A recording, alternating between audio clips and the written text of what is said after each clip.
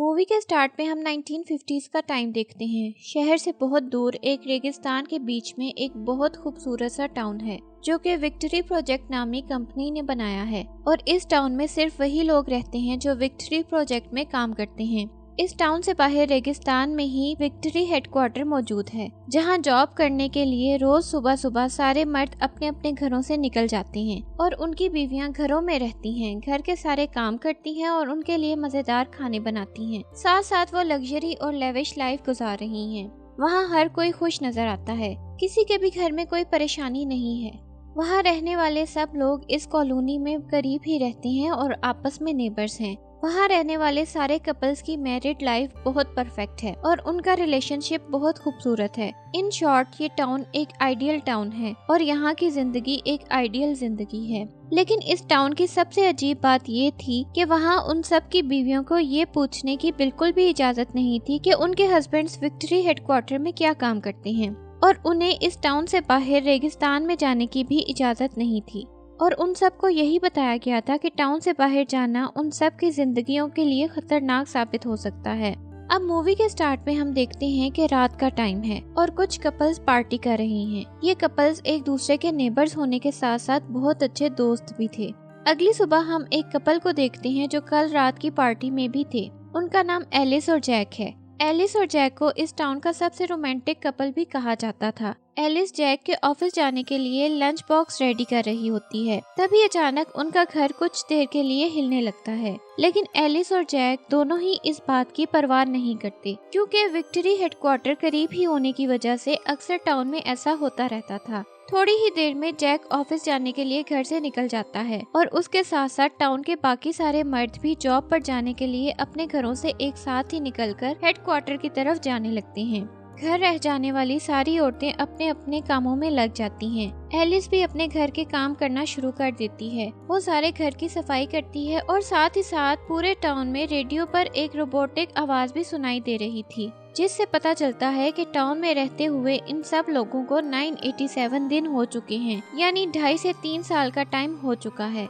आगे हम देखते हैं कि घर के सारे काम काज समेट लेने के बाद टाउन की सारी औरतें ट्रॉली में बैठकर डांस क्लास लेने चली जाती हैं, जहां उनकी बातों से ये भी अंदाजा होता है कि उनका टाउन मेन सिटी से काफी दूर है और उन्हें मेन सिटी में जाने की भी इजाजत नहीं है।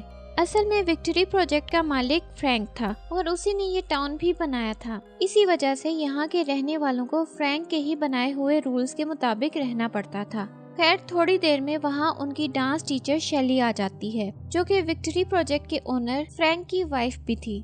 यहाँ शैली उन सबको बताती है कि विक्ट्री प्रोजेक्ट को बिल जॉनसन नाम के एक न्यू एम्प्लॉय ने ज्वाइन किया है और आज से बिल की वाइफ वॉयलेट भी उन सब के साथ यहाँ डांस सीखने आया करेगी। इसके बाद वहाँ सभी औरतें वॉयलेट को वेलकम करती हैं। फिर डांस क्लास खत्म होने के बाद सभी लेडीज अपने अपने घर वापस चली जाती हैं। उसके बाद एलिस और उसकी बेस्ट फ्रेंड बनी वॉयलेट को नए घर में शिफ्टिंग करते हुए देखकर बातें करने लगती हैं कि वॉयलेट काफी खूबसूरत है। उसी दौरान वो अपनी एक और दोस्त मार्गरेट के बारे में बात करती हैं कि आजकल वो बीमार है और उसे चेक करने डॉक्टर कॉलिन उसके घर गए थे, इसीलिए आजकल वो डांस क्लास में भी नहीं आ रही। इसी वक्त बनी के दोनों बच्चे शरारतें करने लगते हैं तो बनी उन्हें लेकर घर में चली जाती है। इसके बाद एलिस भी अपने घर जाकर जैक के लिए डिनर बनाने लगती है और तभी वो नोटिस करती है कि वहाँ पड़े हुए सारे अंडे खाली हैं।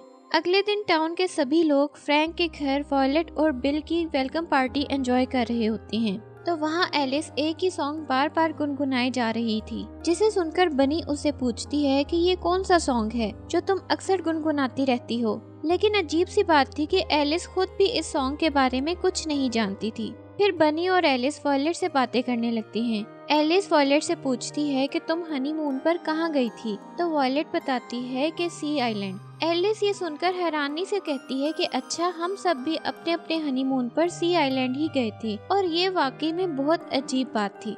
तभी वहाँ शैली आ जाती है और सब उसके पास इकट्ठे हो जाते हैं और वो वॉयलेट और बिल के लिए वेलकम स्पीच देती है। इसी वक्त अचानक वहाँ मार्गरेट आ जाती है और ये वही मार्गरेट थी जिसके बारे में एलिस और बनी बात कर रहे थे कि वो बीमार है। मार्गरेट वहाँ शैली से बहुत गुस्से से पूछती है कि हम सब यहाँ क्यों हैं? हमें यहाँ नहीं होना चाहिए, तुम लोग हम सबसे झूठ बोल रहे हो। मार्गरेट का हस्बैंड टेड उसे जबरदस्ती खींचता हुआ वहाँ से ले जाता है। उसके बाद फ्रैंक वहाँ आकर कहता है कि हाँ, ये अच्छा सवाल है कि हम सब यहाँ क्यों हैं, क्योंकि हम सब मिलकर बाकी दुनिया से दूर रहकर अपने लिए एक नई दुनिया बना रहे हैं जो सिर्फ हमारी दुनिया है। फिर वो सबको डॉक्टर कॉलिन से मिलवाता है और कहता है कि मैंने डॉक्टर कॉलिन के साथ मिलकर विक्ट्री प्रोजेक्ट स्टार्ट किया और फिर ये टाउन बनाया। इसके बाद पार्टी खत्म हो जाती है। पार्टी खत्म होने के बाद एलिस को वहाँ जैक नजर नहीं आता तो वो उसे ढूंढने लगती है। तब वो देखती है कि टेड अपनी वाइफ मार्गरेट को मेडिसिन दे रहा था।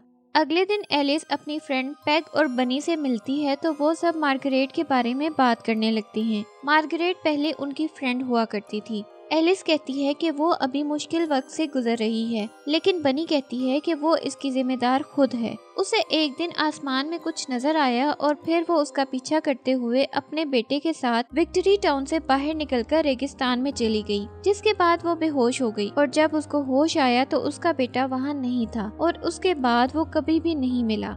मार्गरेट का कहना था कि विक्ट्री प्रोजेक्ट के लोगों ने उसे पनिशमेंट देने के लिए उसके बेटे को गायब कर दिया, लेकिन बाकी सबको यही लगता था कि उसका बेटा रेगिस्तान में जाने की वजह से मर गया। मार्गरेट पागलों जैसी बातें करने लगी थी जो किसी की समझ में नहीं आती थी और टाउन के लोगों ने उससे बात करना बंद कर दिया। अगले दिन एलिस ट्रॉली में बैठकर टाउन में कहीं जा रही होती है। तभी उसे आसमान में एक प्लेन नजर आता है जो एक पहाड़ी के पीछे गिरकर क्रैश हो गया था। लेकिन अजीब बात ये थी कि प्लेन को क्रैश होते हुए सिर्फ एलिस ने ही देखा था, ड्राइवर ने तो प्लेन को भी नहीं देखा था। एलिस ड्राइवर को पहाड़ी की तरफ जाने को कहती है और इत्तेफाक से उसी पहाड़ी पर विक्ट्री हेडक्वार्टर भी था, लेकिन क्योंकि पहाड़ी टाउन से बाहर रेगिस्तान में थी इसलिए वो ड्राइवर वहां जाने से इनकार कर देता है क्योंकि वो डेंजर जोन था। ये देखकर एलिस अकेले ही वहां पर जाने लगती है। फिर एलिस रेगिस्तान से गुजरते हुए पहाड़ी पर चढ़ जाती है, लेकिन वहाँ कोई भी प्लेन नहीं था। फिर वो विक्ट्री हेडक्वार्टर देखकर उसके करीब चली जाती है और उसके ग्लास विंडो को जैसे ही टच करती है तभी एलिस को अपने सामने रेड लाइट दिखाई देती है और वो बेहोश होने लगती है। लेकिन बेहोश होते हुए उसे विजन्स आने लगती हैं, जिसमें वो जैक को देखती है जो जॉब ना होने की वजह से परेशान था। वो इसी सॉन्ग को भी सुनती है जो अक्सर वो गुनगुनाया करती थी और आखिर में उसे फ्रैंक की आवाज सुनाई देती है जो कह रहा था कि खुद को हमारी दुनिया में डूब जाने दो। जब एलिस की आंख खुलती है तो वो अपने बेडरूम में थी। जैक ऑफिस से घर आ चुका था और उसके लिए डिनर बना रहा था। एलिस उससे पूछती है कि मैं यहाँ कैसे पहुँची, तो जैक कहता है कि मैं तो जब से आया हूँ तुम सो रही हो। एलिस को भी यही लगता है कि उसने जो कुछ भी देखा वो सिर्फ एक बुरा ख्वाब था।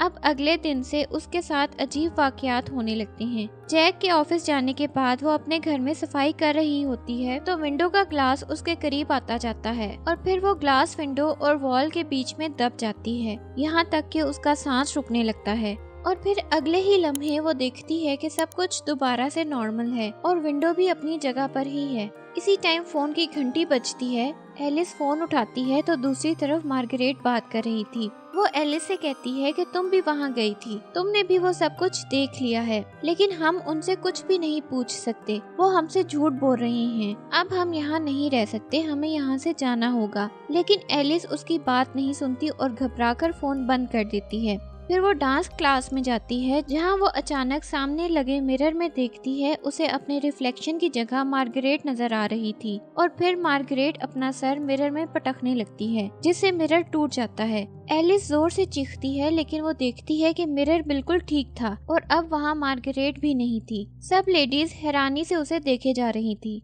एलिस ये देखकर वहाँ से भाग जाती है और फिर वो वापस अपने घर आ जाती है। जैसे ही वो घर के बाहर आती है वो देखती है कि मार्गरेट अपने घर की छत पर खड़ी है और उसे देखकर वो अपना गला काट लेती है और फिर वो छत से नीचे गिर जाती है।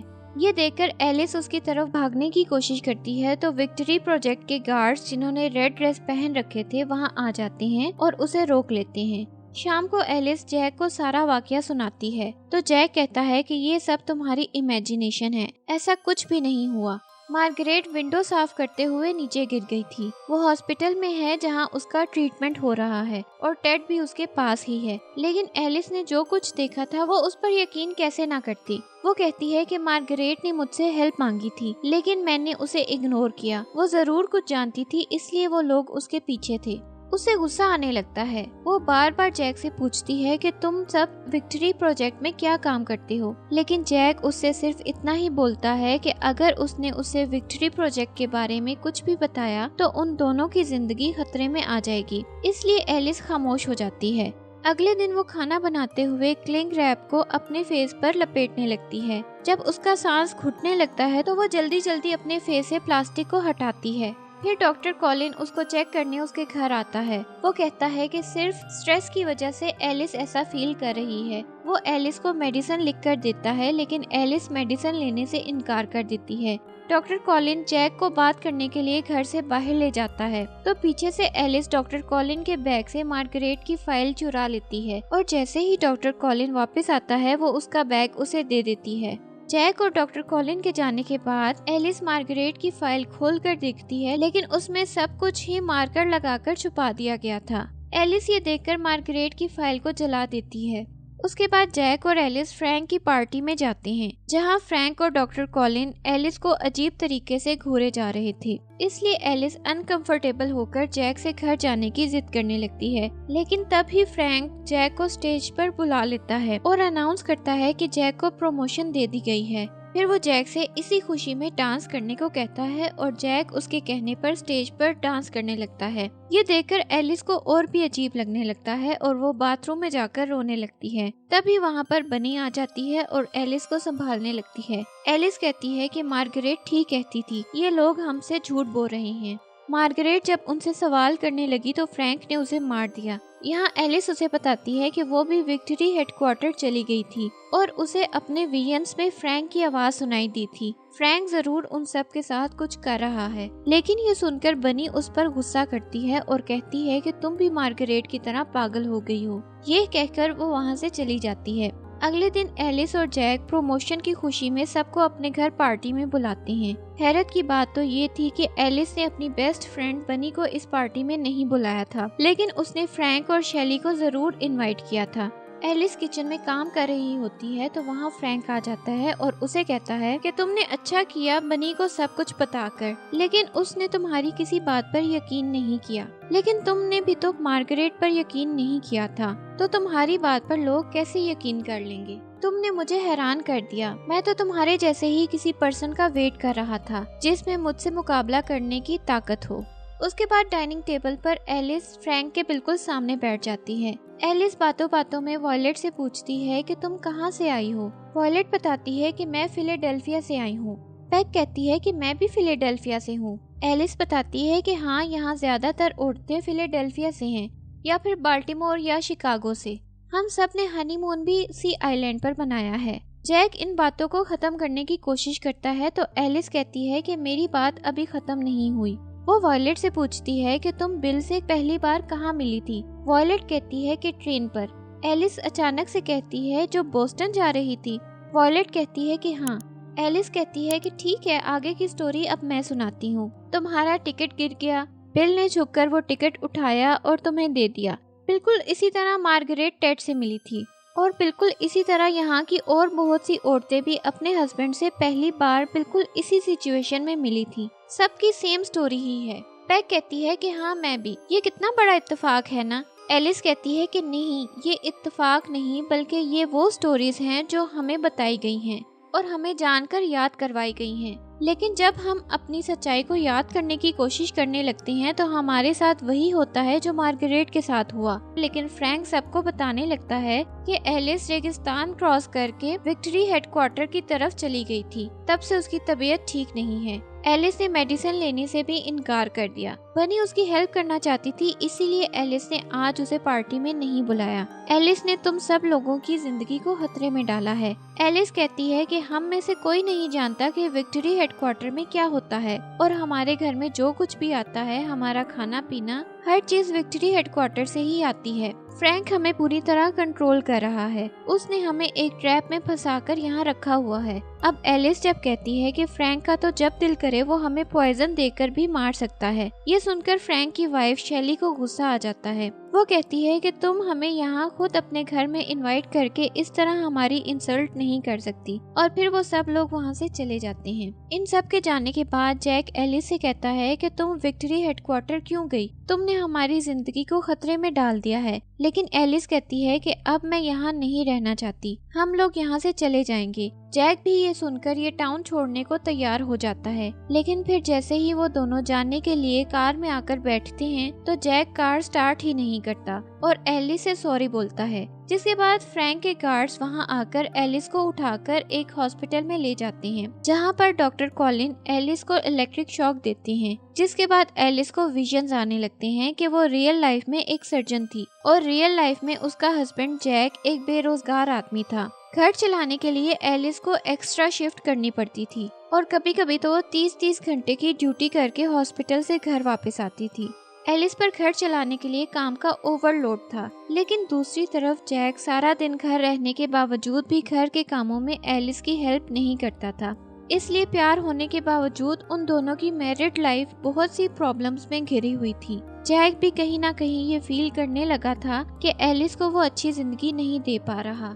एक दिन जैक की मुलाकात ऑनलाइन फ्रैंक से होती है, जो उसे बताता है कि वो अपनी वाइफ के लिए जैसा हस्बैंड बनना चाहता है वैसा बन सकता है। जिसके बाद हम अगले सीन में देखते हैं कि जैक एलिस को वापस घर ले आया है क्योंकि उसका ट्रीटमेंट सक्सेसफुली हो चुका था। यहाँ हम देखते हैं कि एलिस अपने साथ होने वाली हर बात को दोबारा से भूल चुकी है और ऐसे बिहेव करती है जैसे वो किसी बीमारी का इलाज करवा कर लौटी हो। जिसके बाद बनी भी एलिस को एक एक करके उसके सारे नेबर्स और फ्रेंड्स के बारे में दोबारा से बताने लगती है। अगले दिन एलिस रोजाना की तरह जैक के लिए लंच बॉक्स रेडी करके उसे ऑफिस भेजती है और फिर वो अपने रोजमर्रा के काम में मसरूफ हो जाती है। शाम में जब जैक ऑफिस से घर वापस आता है तो वो एलिस को दोबारा से नॉर्मल देखकर बहुत खुश हो जाता है और फिर वो अनजाने में वही सॉन्ग गाने लगता है जो रियल लाइफ में वो एलिस के लिए गाया करता था। और ये सॉन्ग वही था जो एलिस हर वक्त गुनगुनाती रहती थी, लेकिन उसे ये सॉन्ग याद नहीं आ रहा था। लेकिन जैक के मुंह से ये सॉन्ग सुनने के बाद एलिस को दोबारा से अपनी रियल लाइफ की हर बात याद आ जाती है। और अब हम भी फ्लैशबैक में देखते हैं कि रियल लाइफ में जैक ने फ्रैंक और डॉक्टर कॉलिन से बात करके विक्ट्री प्रोजेक्ट के लिए साइन अप कर लिया। विक्ट्री प्रोजेक्ट असल में एक वर्चुअल दुनिया थी जिसके अंदर कोई भी अपनी पार्टनर के बगैर एंटर नहीं हो सकता था। इसलिए जैक ने एलिस को बताए बगैर ही बेहोश करके उसे भी इस वर्चुअल दुनिया में एंटर कर लिया था। और अब इस वर्चुअल दुनिया में जैक एलिस के लिए परफेक्ट हस्बैंड था, जो कि वो रियल लाइफ में हमेशा से ही बनना चाहता था। और यहाँ मशीन्स की प्रोग्रामिंग की वजह से ही एलिस भी एक परफेक्ट वाइफ का रोल प्ले कर रही थी। लेकिन इस वर्चुअल दुनिया में रहने के भी कुछ रूल्स थे, जैसे कि जैक को फिक्स टाइमिंग के लिए ही इस वर्चुअल दुनिया में आना होता था और उसके बाद वो ऑफिस जाने के बहाने वापस रियल लाइफ में चला जाता था ताकि वो बेहोशी की हालत में पड़ी हुई एलिस को खाना पानी दे सके। और एलिस हर वक्त जो सॉन्ग गुनगुनाती रहती थी वो इसलिए था क्योंकि रियल लाइफ में आने के बाद जैक उसके पास ही बैठकर वो सॉन्ग गाया करता था। एलिस को जब सब कुछ याद आ जाता है तो वो जैक से कहती है कि तुमने मेरे साथ ये क्या कर दिया है। जैक भी समझ चुका था कि एलिस को हर बात याद आ चुकी है। वो कहता है कि तुम्हें ऐसी ही लाइफ तो चाहिए थी जो परफेक्ट हो। रियल लाइफ में तो तुम्हें 30-30 घंटे काम करना पड़ता था। लेकिन एलिस नहीं मानती। वो कहती है कि जो भी थी जैसी भी थी वो मेरी जिंदगी थी। एलिस जैक से पूछती है कि यहाँ पर मौजूद सारी औरतों को पता है कि उनके साथ क्या हो रहा है, तो जैक कहता है कि नहीं, उन्हें भी उनके पार्टनर्स कुछ बताए बगैर धोखे से यहाँ ले आए हैं। वो सभी औरतें कुछ नहीं जानती। एलिस बच्चों के बारे में पूछती है तो जैक कहता है कि यहाँ मौजूद सभी बच्चे फेक हैं। जैक उसे कहता है कि मुझे माफ कर दो, मैं तुमसे बहुत प्यार करता हूँ इसीलिए मैंने ऐसा किया। और ये कहते हुए वो एलिस को जोर से अपने बाजुओं में जकड़ लेता है, जिससे एलिस का दम घुटने लगता है। वो पास पड़ा एक ग्लास उठाकर जैक को मार देती है, जिससे जैक मर जाता है। लेकिन तभी बनी वहाँ आ जाती है और एलिस उसे वर्चुअल दुनिया की रियलिटी बताने लगती है। लेकिन बनी बताती है कि मुझे हमेशा से ही सब कुछ पता था क्योंकि मैंने खुद ही अपनी मर्जी से इस प्रोग्राम में साइन अप किया था।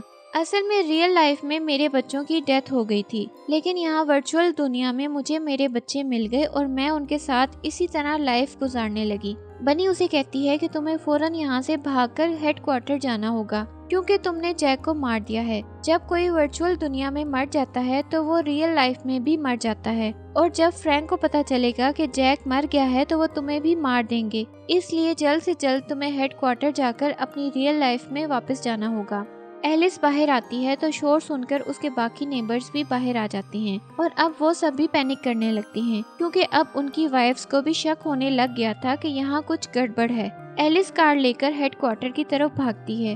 फ्रैंक के गार्ड्स और डॉक्टर कोलिन उसे रोकने के लिए उसका पीछा करने लगते हैं, लेकिन एलिस की समझदारी से डॉक्टर कोलिन और फ्रैंक के गार्ड्स की कार आपस में टकरा जाती है और वो सब मर जाते हैं। दूसरी तरफ सिस्टम के जरिए फ्रैंक को पता चल जाता है कि जैक मर चुका है और अब डॉक्टर कॉलिन भी मर गया है। फ्रैंक गुस्से में एलिस को मारने के लिए घर से निकलने लगता है तो उसकी वाइफ शेली उसे ही नाइफ मार देती है और उसे कहती है कि अब मेरी बारी है। दूसरी तरफ एलिस किसी तरह विक्ट्री हेडक्वार्टर पहुंच जाती है, जहां वो हेडक्वार्टर की ग्लास विंडो को टच करती है तो वो वापस अपनी रियल लाइफ में आ जाती है। इसी के साथ मूवी एंड हो जाती है। वीडियो पसंद आए तो लाइक और शेयर करें, कमेंट में अपनी राय का इजहार करें और हमारे चैनल को सब्सक्राइब करें।